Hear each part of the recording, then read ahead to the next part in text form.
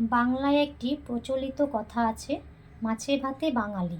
আমাদের বাঙালিদের মাছ ছাড়া খাওয়াটা যেন অসম্পূর্ণ থেকে যায়। তাই আমি মাছেরই একটি রেসিপি আপনাদের সাথে শেয়ার করতে চলেছি। আমি সঞ্জনা, আপনারা দেখছেন রন্ধন বিচিত্রা। আমাদের আজকের রেসিপি শোল মাছ দিয়ে বড়ির ঝোল। রেসিপিটি সম্পূর্ণ দেখার জন্য সঙ্গে থাকুন। বড়ি দিয়ে শোল মাছ করার জন্য এখানে 4 পিস শোল মাছ নিয়েছি। 4টে মাঝারি সাইজের আলুকে 2 টুকরো করে কেটে নিয়েছি। নিয়েছি 6টা বড়ি। একটি মাঝারি সাইজের পেঁয়াজকে এখানে স্লাইস করে কেটে নিয়েছি। একটি মাঝারি সাইজের টমেটোকে 4 টুকরো করে নিয়েছি। কিছু ধনে পাতা কুচি কুচি করে কেটে নিয়েছি। আর লাগছে আদা রসুন বাটা। তাহলে চলুন রেসিপিটি শুরু করি। প্রথমে শোল মাছটাকে ম্যারিনেট করে নেব। তার জন্য এখানে লাগছে নুন, সামান্য একটু নুন দিয়ে দিচ্ছি।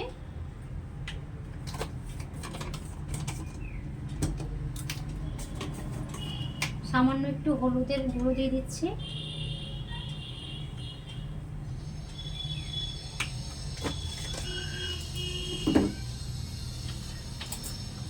মাছটা এখন মাখিয়ে নেব।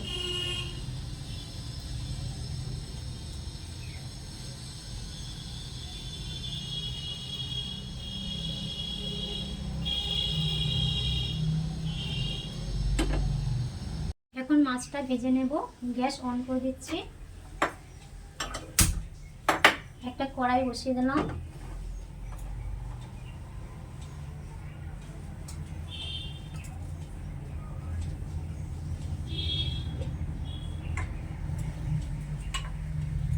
এখানে 4 টেবিল চামচ পরিমাণ মতো কড়াই পরিমাণ মতো তেল দিয়ে দিচ্ছি মাছটা ভেজে নেওয়ার জন্য।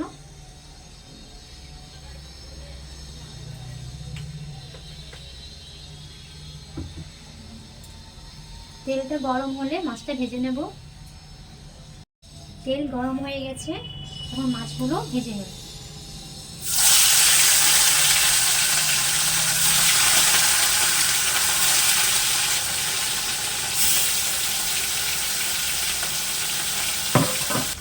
যখন দেখবেন মাছের এক পিঠ ভাজা হয়ে গেছে, তখন উপরের পিঠটা ভাজার জন্য মাছটাকে উল্টে দিতে হবে।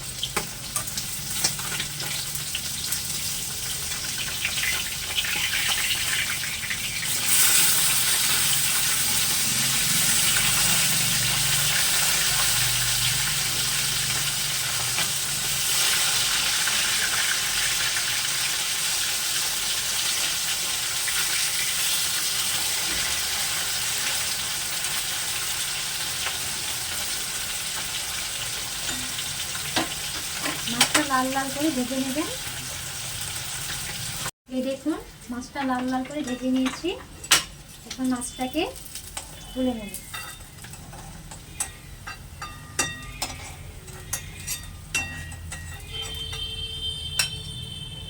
এখানে মাছ ভাজার অনেকটাই তেল আছে, 4 চামচের মতো প্রায় তেল আছে। আমি আর তেল দিচ্ছি না। এই তেলে কাঁচা গোটা জিরে ফোড়নের জন্য দিয়ে দিচ্ছি।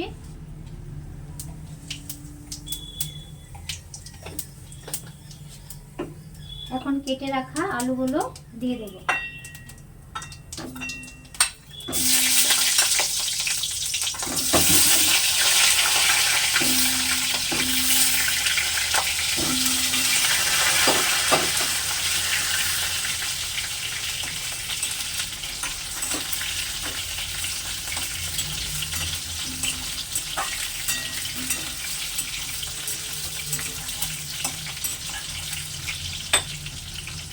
আলুর সঙ্গে কেটে রাখা পেঁয়াজটা দিয়ে দিচ্ছি।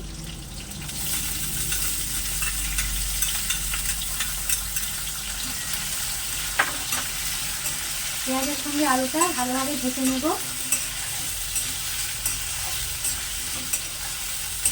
এই সময় গ্যাসের ফ্লেমটা লো টু মিডিয়াম করে দিতে হবে।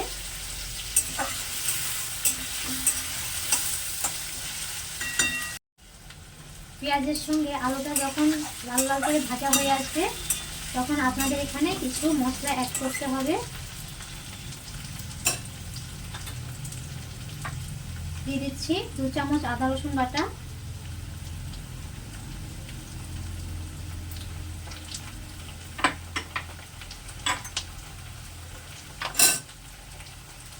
1 চা চামচ হলুদ রঙের জন্য,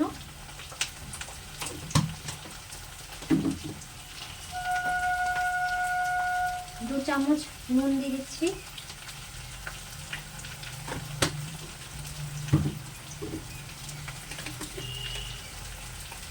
1/2 চা চামচ জিরে গুঁড়ো দিয়ে দিচ্ছি,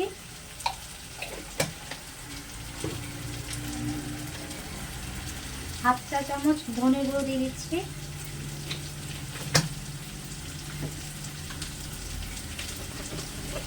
ঝালের জন্য লঙ্কার গুঁড়ো দিয়ে দিলাম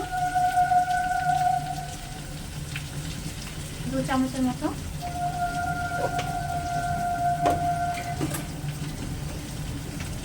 আর রঙের জন্য দিয়ে দিচ্ছি কাশ্মীরি লঙ্কার গুঁড়ো 1 চামচ দিয়ে দিচ্ছি।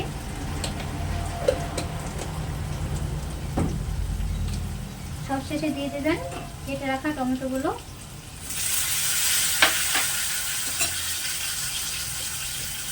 এখন সামান্য পরিমাণ একটু জল দিয়ে সবগুলো উপকরণকে কষিয়ে নিতে হবে।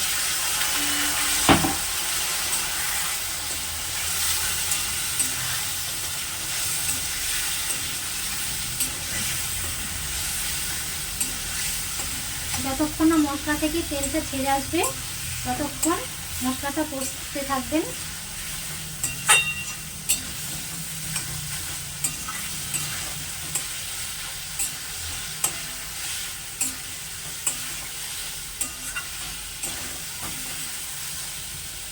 যখন দেখবেন মশলা থেকে তেলটা ছাড়তে শুরু করেছে ঠিক সেই স্টেজে আলুগুলো সিদ্ধ করার জন্য পরিমাণ মতো জল দিয়ে দেবেন।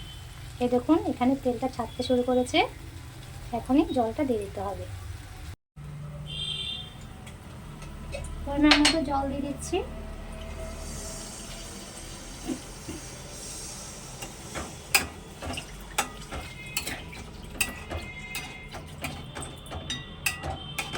এই সময় গ্যাসের ফ্লেমটা লো টু মিডিয়াম করে দেবেন। এখন একটা ঢাকনা দিয়ে ঢেকে দেবেন।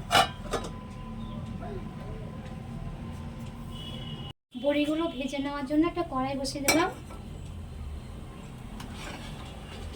কড়াইয়ে পরিমাণ মতো সরষের তেল দিয়ে দিচ্ছি।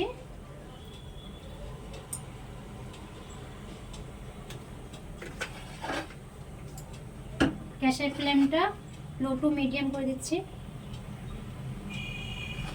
তেলটা গরম হলে বড়িটা ভেজে নেব। তেল গরম হয়ে গেছে, বড়িটা দিয়ে দিচ্ছি।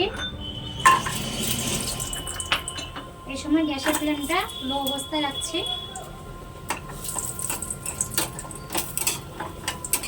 বড়িটা একটু নাড়াচাড়া করেই নামিয়ে নেব, না হলে পুড়ে যাবে।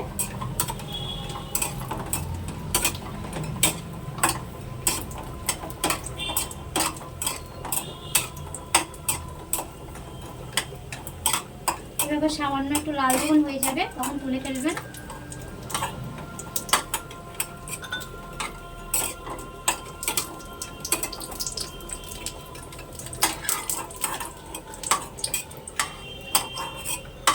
গ্যাসের ফ্লেমটা বন্ধ করে দিচ্ছি।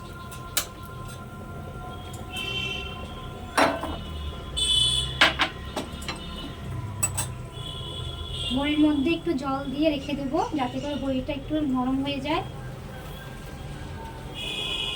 এই দেখুন একটু জল দিয়ে রেখে দিয়েছি বড়িটা যাতে করে নরম হয়। আলুটা যখন দেখবেন ফুটতে শুরু করেছে এই স্টেজে আপনাদেরকে বড়িটা দিয়ে দিতে হবে। বড়িটা দিয়ে একটু নাড়াচাড়া করে দেবেন।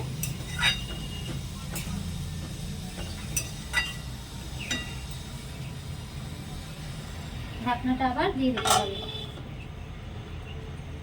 এখন ঢাকনা খুলে দেখে নিতে হবে আলু বড়িটা সিদ্ধ হয়েছে কিনা।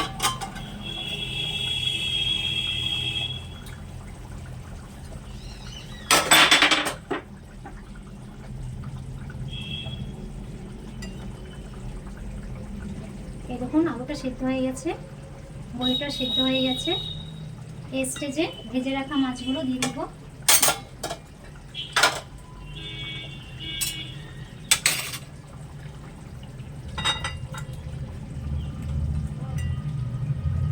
ভাজা মাছগুলো দেওয়ার পর 5 থেকে 6 মিনিট এটা ফুটিয়ে নিতে হবে।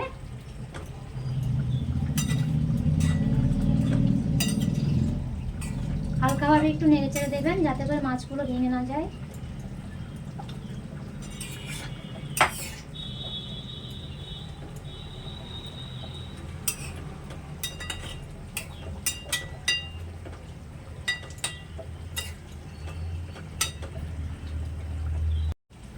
বড়ি দিয়ে শোল মাছের ঝোল পারফেক্টলি রেডি।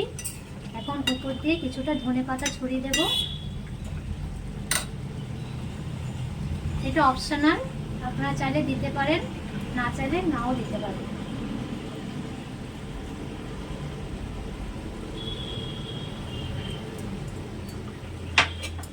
ধনেপাতাটা দেওয়ার পর একটু নেড়ে চেড়ে দেবো।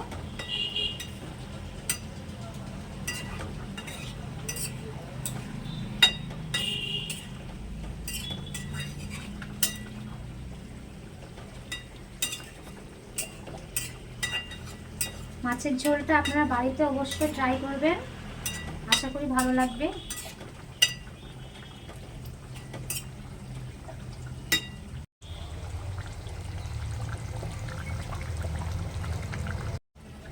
বড়ি দিয়ে মাছের ঝোল হয়ে গেছে, গ্যাস বন্ধ করে দিচ্ছি। এখন এটা নামিয়ে নেব।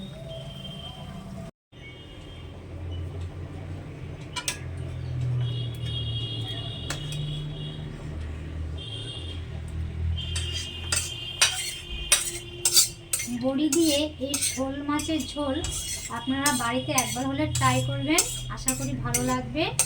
ভালো লাগলে আমার চ্যানেলটিকে লাইক করবেন, সাবস্ক্রাইব করবেন আর কমেন্টে অবশ্যই জানাবেন। আজ এই পর্যন্তই। ভালো থাকবেন, সুস্থ থাকবেন। ধন্যবাদ।